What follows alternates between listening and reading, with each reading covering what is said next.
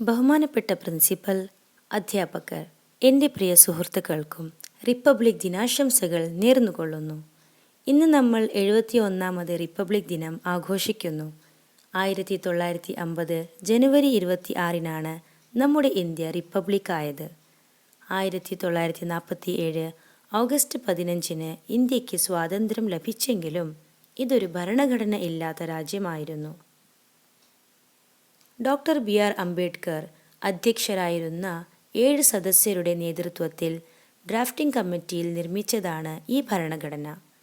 ചരിത്രത്തിൽ ആദ്യമായി മതം, ജാതി, പ്രദേശം, ഭാഷകളായി വിഭജിക്കപ്പെട്ട ഈ പ്രദേശം ഒരു പരമാധികാര രാഷ്ട്രമായി മാറി.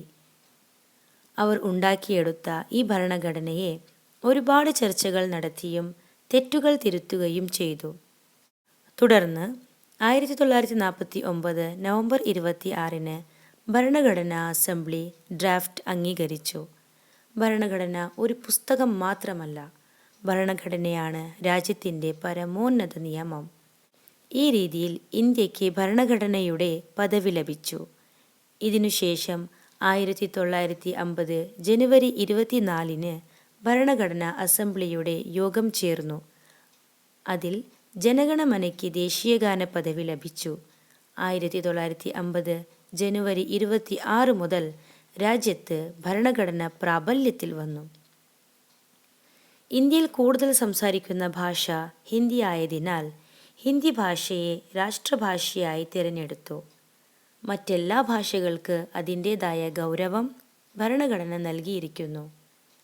ലോകത്തിലെ ഏറ്റവും വലിയ ഭരണഘടനയാണ് ഇന്ത്യയുടെ ഭരണഘടന. ഈ സാഹചര്യത്തിൽ നമ്മുടെ സ്വതന്ത്ര പോരാളികൾക്കും നമ്മുടെ രാജ്യത്തെ സംരക്ഷിക്കുന്ന നാവികസേന, കരസേന, വ്യോമസേന എന്നിവർക്കു ഞാൻ ആത്മാർത്ഥമായ നന്ദി അർപ്പിക്കുന്നു.